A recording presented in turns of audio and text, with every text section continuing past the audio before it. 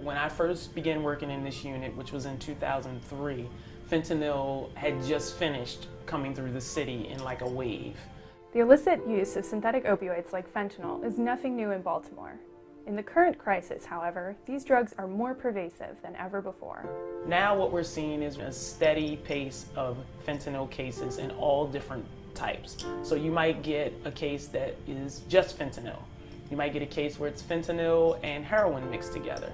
You might get a case where it's fentanyl and cocaine mixed together. I had fentanyl and ketamine recently. To us, they're just throwing stuff together that doesn't make any sense. This stuff will kill people, like immediately. Some of the mixtures we've seen will kill people immediately. These lethal and unprecedented mixtures are forcing forensic chemists to face new challenges and dangers. To learn about those, we visited Monique Pitts of the Drug Analysis Unit at the Baltimore Police Department. Right now we don't have really any good preliminary tests for fentanyl, but we also want to minimize everyone's exposure. So we take safety precautions with everything. We try not to even open the packages very much anymore. Or we use our hoods all the time. Everyone wears masks. We assume fentanyl is in everything now.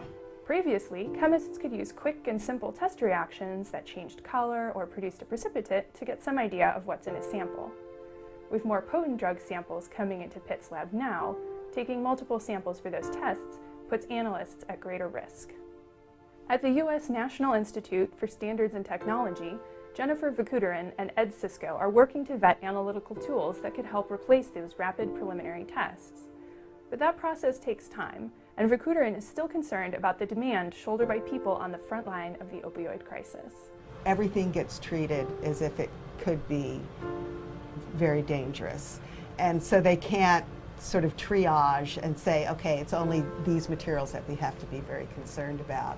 And I think that probably will lead to problems with fatigue. You simply can't go day to day to day, treating everything as if it's a chemical warfare agent. Although Pitts and her colleagues don't rely on preliminary tests anymore, they can still trust their more powerful analytical instruments to identify unknown compounds. The GCMS, gas chromatograph mass spectrometer, the old faithful, the FTIR if it's a pure sample. Yeah, the GCMS is pretty good.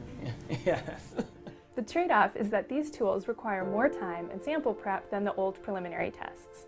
But with improved safety protocols, Pitts and her team are prepared to continue doing their jobs until technology catches up. We always need more resources, but the main thing is for us to continue to get more safety procedures in place. As the global market for illicit drugs grows, it's just going to get way more complicated, so we just have to continue with what we're doing and like I said, put in for more instruments, more people, and we see what happens. We'll see what happens. Yep.